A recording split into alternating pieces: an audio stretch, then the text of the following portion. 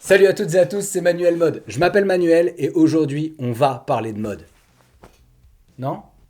Bon, je m'appelle Thomas et on va parler photographie argentique. Aujourd'hui, je vous fais découvrir un appareil photo instantané, c'est le Lomo Instant Square. Alors c'est parti.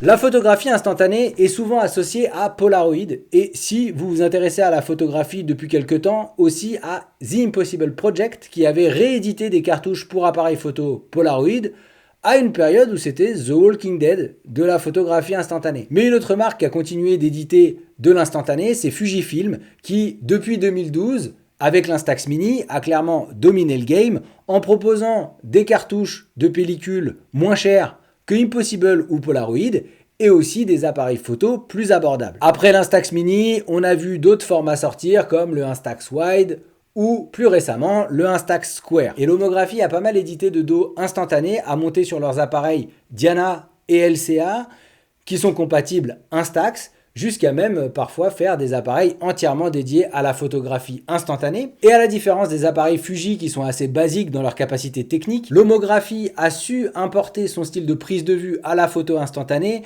en permettant notamment de faire des multiples expositions et de choisir quand est-ce que la photo sort de l'appareil. Bon, ça c'était pour la petite intro, maintenant parlons du Lomo Instant Square.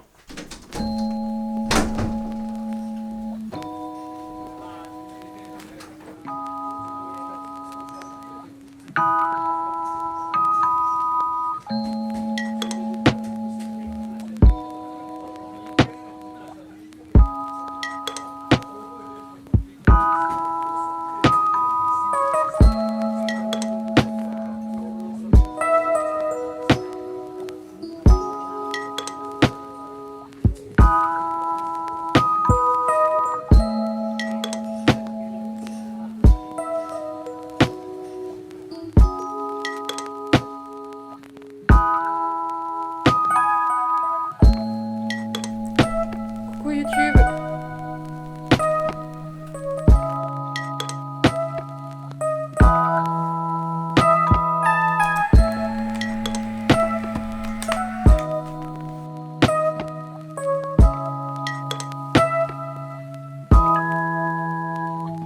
Le Lomo Instant Square est probablement le plus polyvalent de la gamme Lomo Instant parce qu'il permet de prendre des photos avec de l'Instax Mini qui est le format d'une carte de visite et aussi avec de l'Instax Square qui est un équivalent format carré Polaroid en plus petit. C'est un appareil photo pliant avec soufflet qui le rend assez imposant à l'utilisation, mais une fois replié, il est réduit à un tiers de sa taille et il est beaucoup plus transportable. C'est un appareil très simple d'utilisation, il utilise deux piles CR2 3V qui ne sont pas fournies et il y a trois modes de mise au point, 0,8 m, 1 m, 2,5 m et l'infini.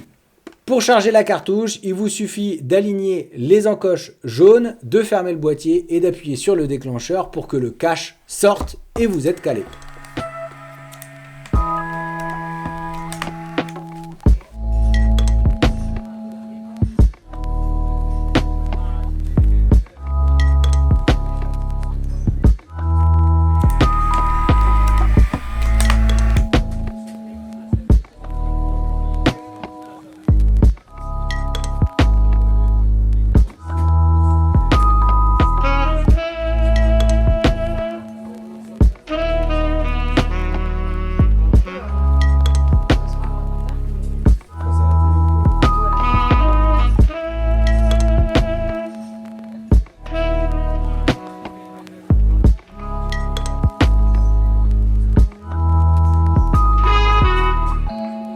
Les fonctions de prise de vue se trouvent à l'arrière de l'appareil et on peut au choix activer ou désactiver le flash qui se trouve lui à l'avant et devant lequel on peut glisser des filtres de couleurs pour colorer votre flash.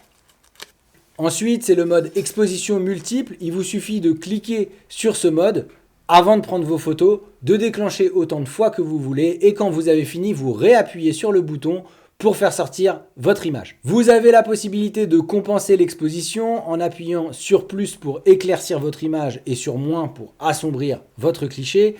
Pour les modes de prise de vue, il y a deux modes possibles, le mode A pour automatique. C'est l'appareil qui calcule automatiquement l'ouverture, la vitesse et l'intensité du flash.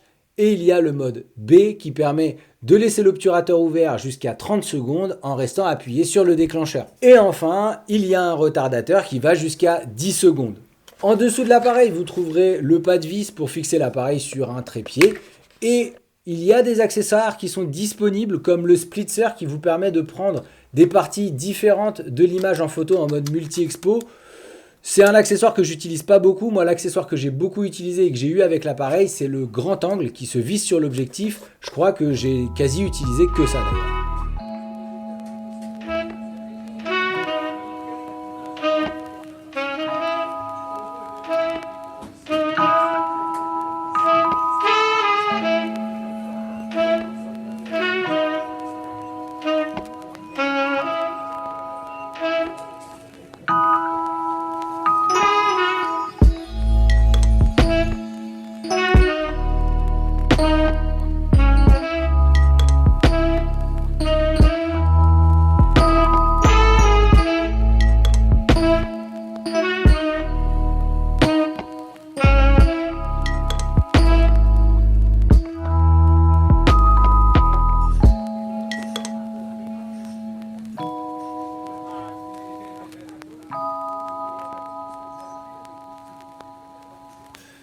Moi, j'ai shooté que des Instax Square et je dois dire que ça change du format Instax Mini, ça fait du bien. La seule remarque que je ferai sur le boîtier, c'est l'emplacement du déclencheur qui est sur la face avant, à l'endroit où on tient l'appareil. Ce qui fait qu'à plusieurs reprises, j'ai appuyé par mégarde sur le déclenchement parce que je voulais bien tenir l'appareil pour pas qu'il tombe. L'emplacement a été choisi pour faciliter la prise de selfie. Moi, j'aurais préféré que le déclencheur soit sur le dessus. Sinon, je fais pas beaucoup de photos instantanées et je dois dire que cet appareil m'a donné envie d'en faire un peu plus, surtout en ce moment, ça fait du bien de voir les images qu'on prend. Voilà, c'est tout pour aujourd'hui, j'espère que cette vidéo vous a été utile. Si c'est le cas, cliquez sur j'aime ou partagez-la. Abonnez-vous à cette chaîne si vous voulez voir d'autres vidéos sur la photographie argentique ou si vous voulez découvrir mes autres projets. Dites-moi en commentaire si vous faites beaucoup de photographie instantanée vous-même et quel appareil vous utilisez. Soutenez cette chaîne sur Tipeee, ce sont vos soutiens qui me permettent de ne pas être dépendant des marques et de la monétisation YouTube. Si vous avez des questions, laissez-les en commentaire ou envoyez-moi un DM sur Instagram ou sur Twitter, j'irai voir vos comptes. D'ici la prochaine vidéo, faites encore plus de photos. Allez, ciao!